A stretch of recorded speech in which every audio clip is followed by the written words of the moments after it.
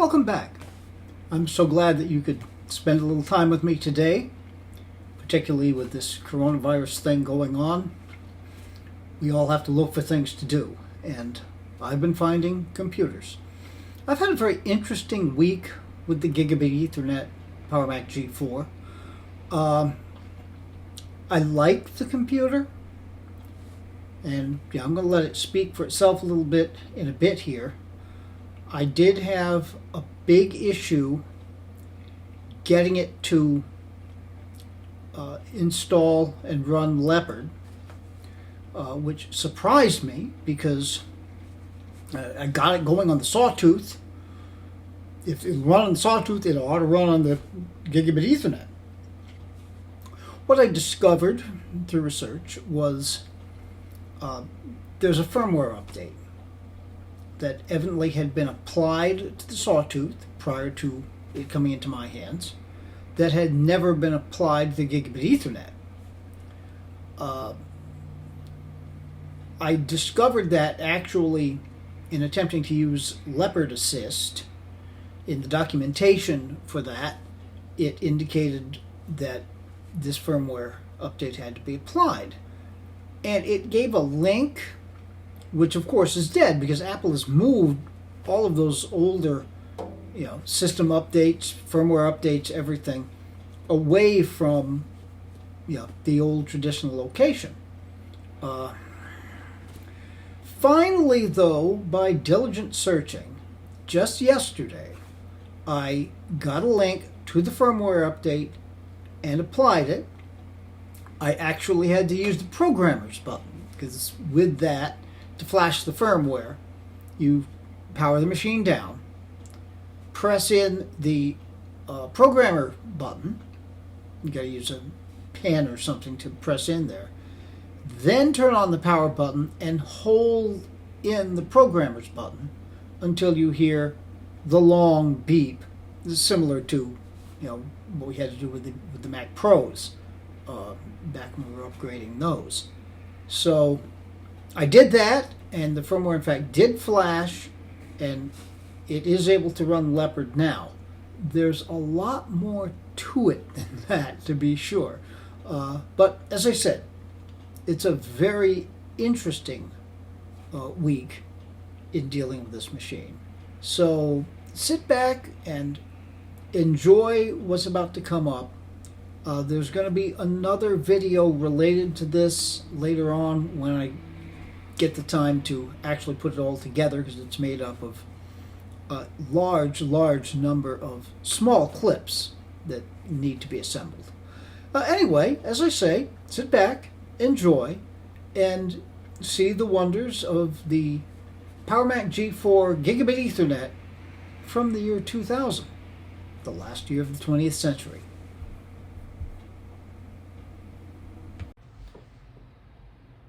In this clip, we're going to deal exclusively with what it's like to try to play YouTube on the PowerMac G4 Gigabit Ethernet. So we see here the Leopard desktop, which I finally achieved for this machine last night after a week of struggling. And the window here, I don't know if you can read that up at the top, it's a 10.4 Fox box. 10.4 Fox, of course, is the only currently maintained browser for the PowerPC platform. The Fox box is a means whereby you set up a dedicated instance of 10.4 Fox, which will do nothing but navigate one particular website. In this case, this 10.4 Fox box is slaved to YouTube. And I have called up the introductory video for this machine. I'm going to reach back and turn the sound down a little bit so I can talk over it more easily. It's about a little over 13-minute video, and you should get a pretty good idea of what most videos are like. Some are not quite as good as this, Some are far better. I run across videos at times that just play straight through as though there were no issue. So, this I think is pretty typical. Let's see what it's like. Welcome. Well, I had spoke the obviously dropping frames there, but together about wondering if we reached this point. It's pretty good. Just slightly. You can actually watch it and see if there's a computer that actually can keep up a little bit. So of course, quality of course is not that great. It's 360p. If you try to go any higher, it just won't deal with it at all. Yeah, you're thinking, well, Lord, it's another sawtooth. What good is that going to be? Let's take a look.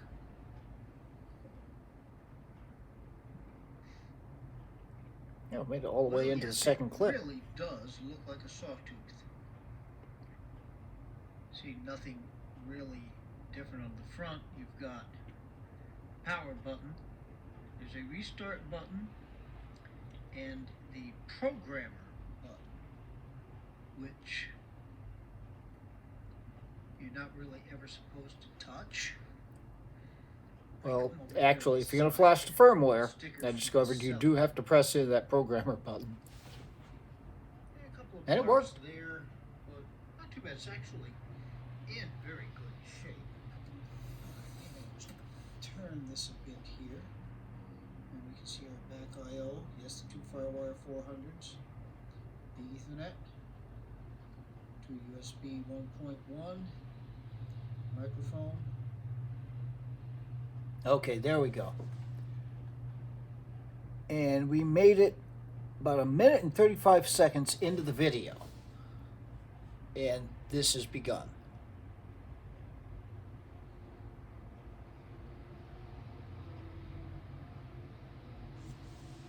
Audio out, phone jack, nothing up. Now you can pause the video, give it a chance to load just a little bit more. And I do find that when it's doing this, occasionally the video and the audio will drift apart from each other. You can get them back closer to being in sync by pausing the video for a few seconds or a minute. And yes, oftentimes watching a 15-minute or less video takes up about a half an hour of time. Other than the graphics card, down here to, okay, this is interesting. So we're gonna,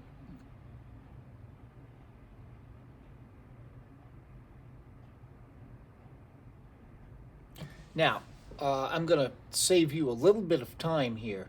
This will go on. You can kind of follow a video this way if you're willing to deal with the pauses, because the times when it's actually running are long enough that you can keep track of what's happening. So what I'm going to do is stop the recording here, and we'll pick it up later, because usually after about 5 minutes, it will start to play fine. So I'm going to let it play, and I'll monitor it and bring you back when we've reached that point. Okay, it's been playing pretty normally for 40 seconds or so now, and experience shows that it should now probably just play normally through to the end of the video. It finally occurred to me that I could try setting the resolution to 240p instead of 360, and that does seem to have helped, although it would probably have come back of its own volition here. All right, so we don't need to keep watching this at this point. So we'll close out of that. Now, I've actually been watching YouTube this week, and at times there have been some videos that just play fine, and others that stutter so badly you just can't follow them. Uh, I mean, I've made it work. But this whole week, for the most part, I've been running the machine on Tiger because of the difficulties getting Leopard installed. Uh, and it was tantalizing because I kept thinking, boy, if I could just get Leopard running so that I can run Leopard WebKit, that may fix it. Because on other PowerPCs, WebKit has routinely dealt with YouTube far better than 10.4 Fox.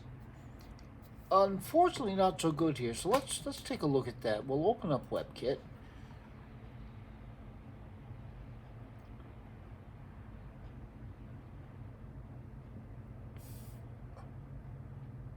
Which is going to open to apple.com. We'll give it a second to load.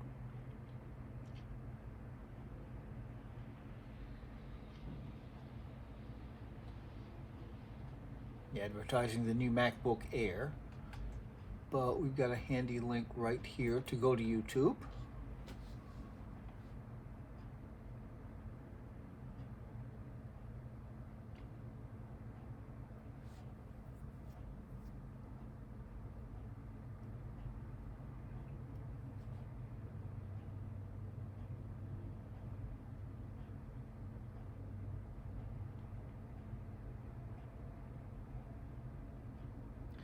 It does take a while. The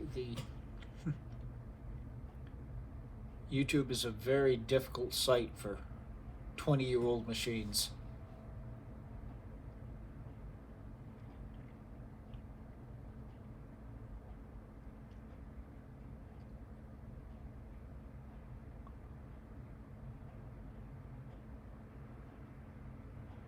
All right. So I think we're loaded up here. I'm going to try to go to my own channel.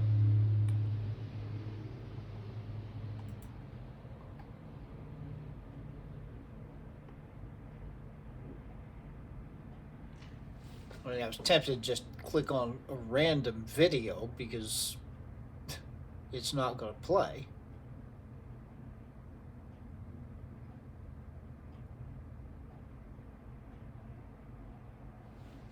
Is it doing anything? Nah, okay.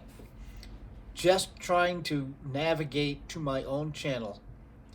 We've got the spinning beach ball.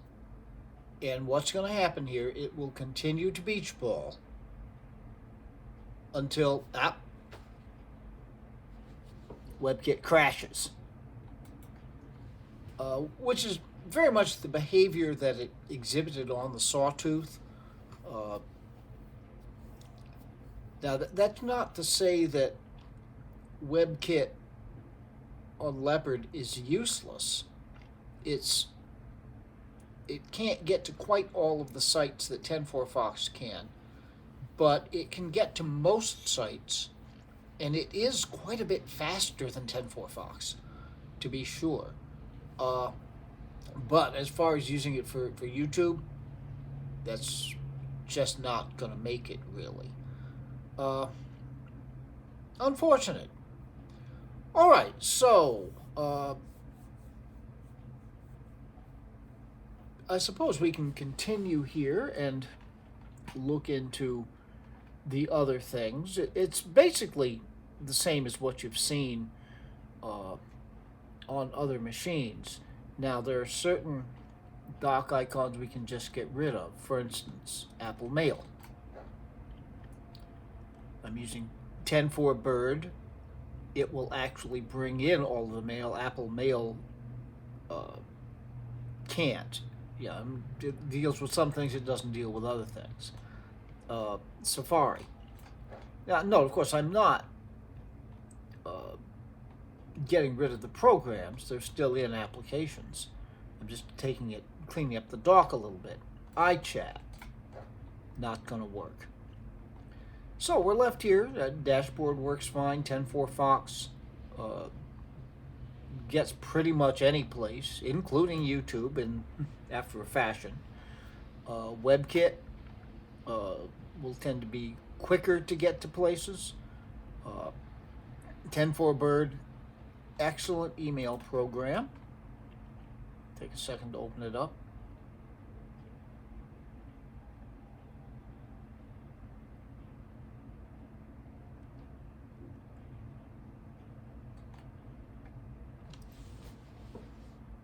It is very slow, but all the email is there. We're should be looking at the email there. Okay, I have numerous accounts, and there they all are. Everything comes in. We had email just come in, which of course we're not going to look at. All right. The address book works. iCal works, much as we saw on the Quicksilver. Preview. There is no need to have a preview. iTunes does work. Obviously, playing videos through iTunes is not going to work, but playing the music certainly does. iPhoto. Again, we've seen this in the past. iMovie. Yes, you can edit videos after a fashion. The quality will not be good. It'll be a very slow process, but it can be done. iDVD might function. The optical drive on the machine is questionable. It does read DVDs. It does not seem to be able to read CDs, strangely enough. Since it can read DVDs, it says it is a burner. Should work. GarageBand.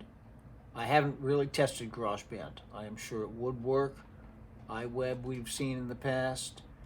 Spaces is very important to me. Time Machine does work. NeoOffice, as usual, you open up NeoOffice, it is slow. As would Word, to tell you the truth. So yeah, you're going to deal with a machine this old. You have to be patient. We have our splash screen.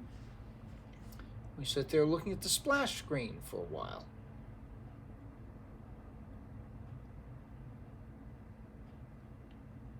A long while.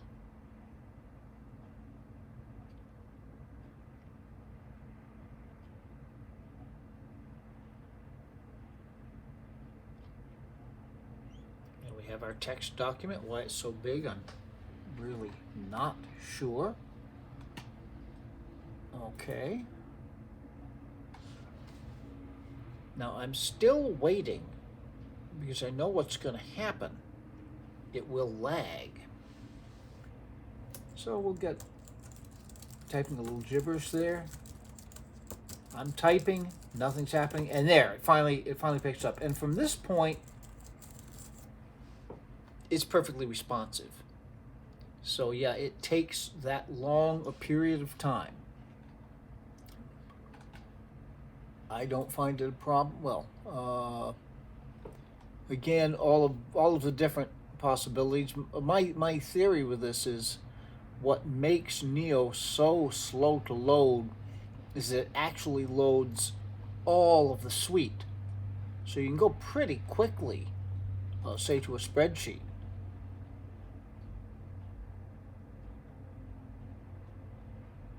Yep. Say pretty quickly by the year 2000 terms. Okay, so we'll close out of Neo. We don't need to keep that. You can see the general slowness. Come on, you can quit. There we go. And yes, we have officially quit. If you can't deal with the slowness of Neo, iWork does deliver a much more responsive and satisfying experience. Opening pages. Yeah, I just installed this register later. Yeah, right. I'll take care of that, I promise. So yeah, I installed this last night because I had just put this together. I hadn't actually opened anything here.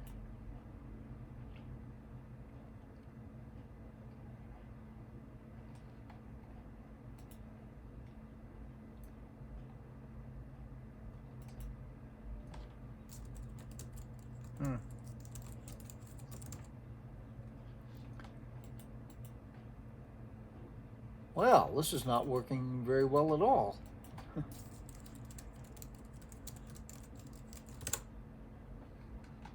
I should have tested this out before actually doing it here. 2 words. Is it doing something that I can't see?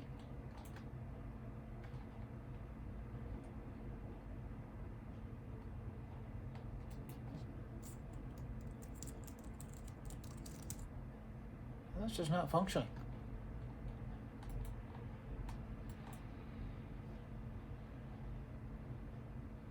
Yeah, it thinks I'm typing something.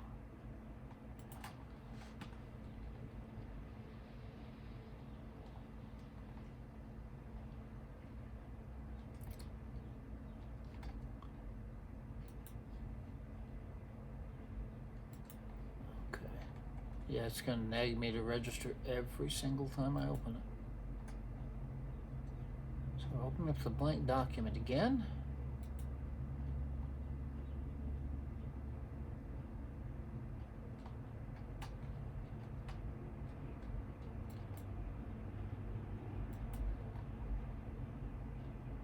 We're seeing the same behavior.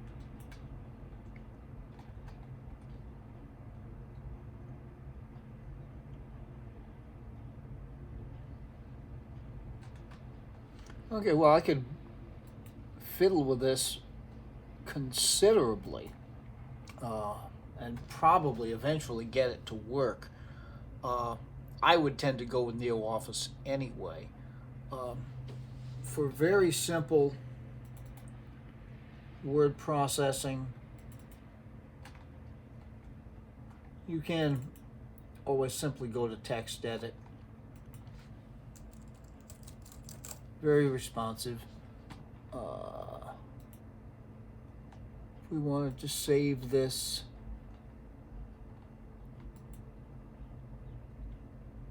we can save it actually in Word 97, Word 2007 docx.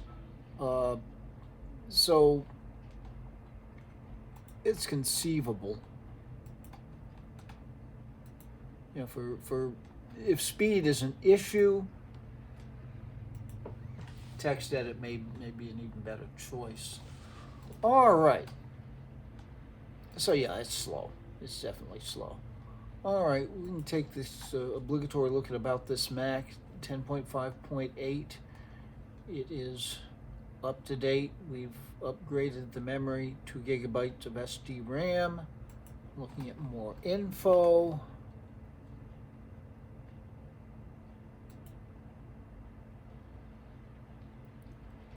See the Pioneer DVD RW.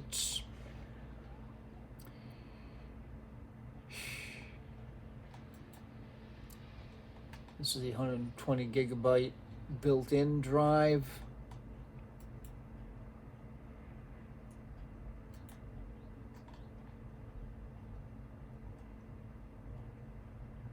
And the 2 FireWire buses. This is the one on the PCI. And that's where I've connected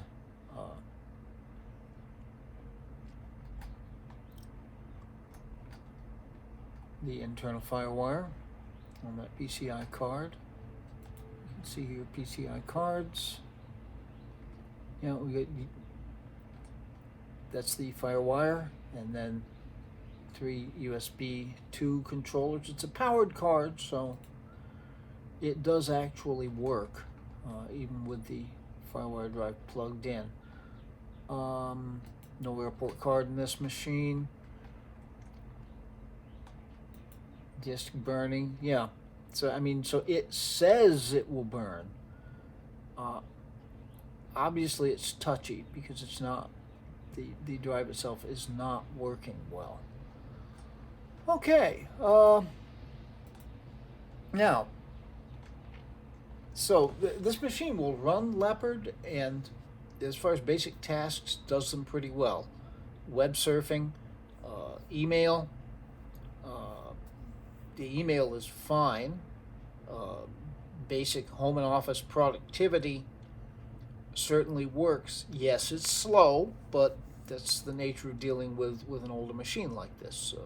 Slow and bad are not necessarily the same thing. One thing this machine does and does quite well, it's an outstanding OS 9 machine.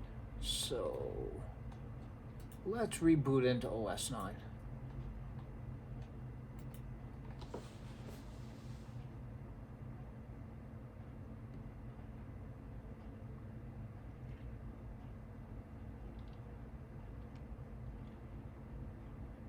Somewhere along the line here over the course of this week, it stopped chiming.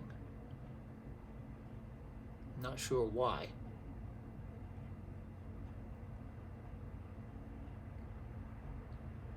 Oh, the audio certainly does work. All right, let's adjust this.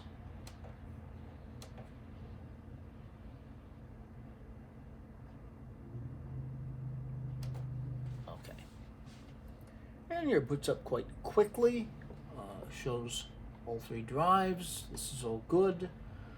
Your most frequently used applications here: ClassZilla, Microsoft Word, Print Shop, AppleWorks, Toast Titanium Stuffed Expander are all there. I see something that I've done. I was playing some games yesterday with the control panels, monitors, and in order to do that, I set it to 256 colors. Let's set it back to millions. All right, so we can see Happy Mac on the wallpaper there. That makes Happy Mac happier, certainly.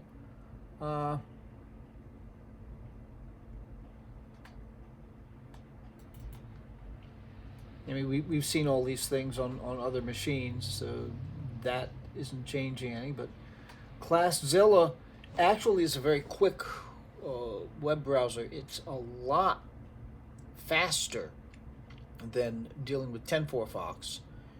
However, it's also a lot less likely to be able to get things done. The mail client, part of the ClassZilla suite, does work, and you get all of your email coming in. Yeah, I don't think I set up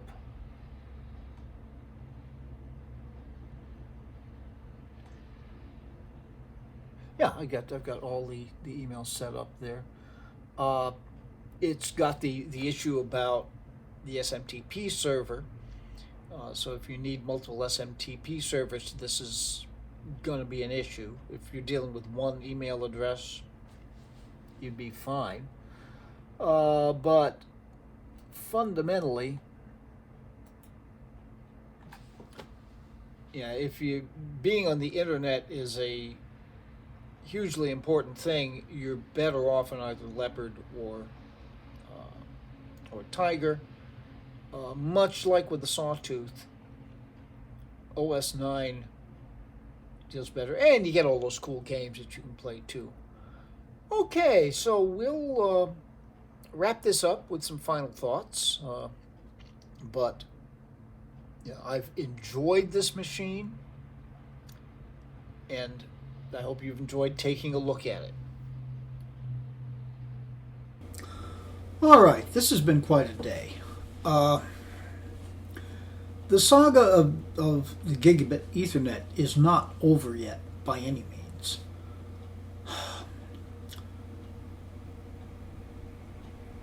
I managed to get it set up, but there are a couple of issues. One, the optical drive. I begin to wonder if perhaps it's failing. According to About This Mac, it's a DVD RW and CD RW. It will read and mount DVDs.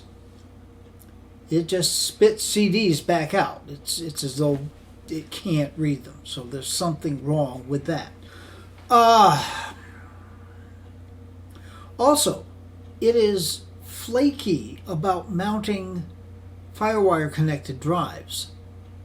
So that internal FireWire drive, which I accomplished by using a PCI card, I can get it to mount, but just by way of example, if I shut it down for the night and then power it on in the morning, it won't be able to find the drive. And I often find myself having to open the machine up, unplug the drive, plug it back in, close the machine up, and then it will boot from the drive.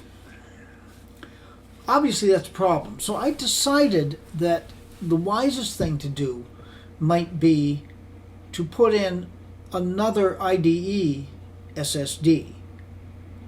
It's limited to 128 gig, but that's plenty. So I've got one in there with approximately 40 gig for OS 9, and then the other partition is approximately 80 gig for Tiger, and then a separate 120 gig SSD for Leopard, and that should be ample for anything I'm going to do with that machine.